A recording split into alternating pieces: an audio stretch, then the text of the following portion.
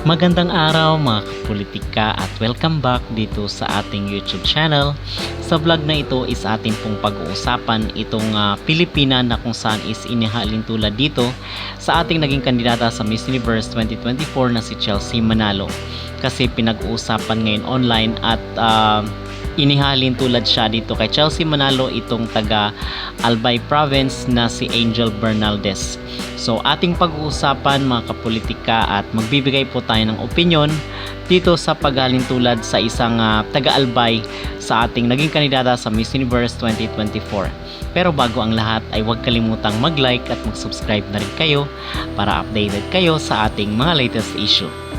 So atin pong kilalanin itong Pilipina na kung saan is inihalin tulad nga dito kay Chelsea Manalo ang ating naging pambato dito sa Miss Universe 2024 na kung saan is inihalin tulad siya dito sa isang taga-Albay na si Angel Bernaldez na kung saan is 18 years old lang po ito mga kapolitika at taga-Albay po siya kasi pinag-uusapan at talagang maraming napakomento dito sa social media na kung saan is nagagandahan nga dito kay Angel at may posibilidad na susunod daw dito sa yapak ni Chelsea Manalo kasi magkapareho sila na kung saan yung kulay ng balat.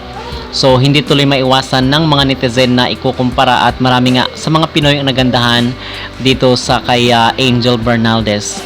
So ano ba yung ating personal na masasabi dito? Sa ngayon, mga kapolitika ay nakikita ko dito sa kanya na okay naman itong si Angel Bernaldez. Yun nga lang is kinakailangan pa niya ng exposure. Okay, but dito is bata pa naman siya, nasa 18 years old lang siya. So siguro ay papunta na po doon. But as of now, kung dito siya sasali sa Miss Universe Philippines, ay talagang hindi pa muna natin ngayon masasabi yan kasi nga napakarami po ang mga batikan na sa mga mundo ng beauty pageant na kung saan is magbabalik ngayong Miss Universe Philippines 2025. So basically is siguro ang magiging pambato natin sa Miss Universe 2025 ay itong mga batikan na sa mundo ng beauty pageant. But again, sa sinasabi na nga natin, bata pa naman itong si Angel and nakitaan naman natin na maganda rin naman siya. So, konting exposure pa and then siguro sasali siya sa mga beauty contest para mahasa siya, ma-enhance itong si Angel Bernaldez. Okay?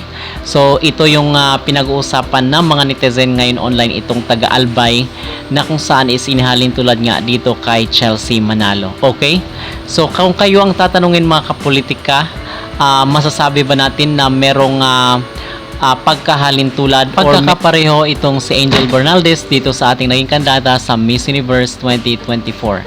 Mag-comment down below at huwag kalimutang mag-like at mag-subscribe na rin kayo para updated kayo sa ating mga latest issue.